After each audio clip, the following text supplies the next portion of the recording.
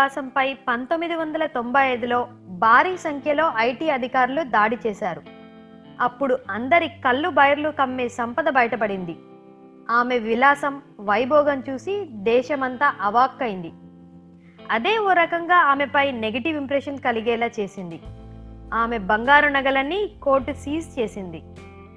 మొన్నీ మధ్య అక్రమాస్తుల కేసులో 8 నెలలు జైలు ఊచలు లెక్కబెట్టిన జయలలిత హైకోర్టులో తీర్పు ఆమెకు అనుకూలంగా రావడంతో మళ్లీ సీఎం పీఠం ఎక్కారు.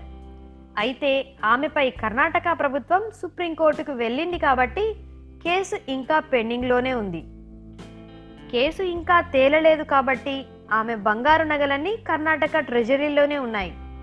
మొత్తం 28 కిలోల బంగారం, 800 కిలోల వెండి, 10,000 చీరలు, 91 వాచీలు, 44 ఎయిర్ కండిషనర్లు, 750 జతల చెప్పులు ఉన్నాయి.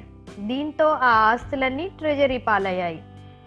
జయలలిత కేసులో తుది తీర్పు వచ్చాకే అవి ఎక్కడ ఉండాలనేది కోర్టు డిసైడ్ చేయనుంది. ఇప్పుడు జయ కేసు ఏమవుతుందనేది కూడా అందరిలో ఆసక్తి ఏర్పడింది. దీంతో జయ నగలు భవిష్యత్తులో ఏమవుతాయో అనే ఉత్కంఠ కూడా ఉంది.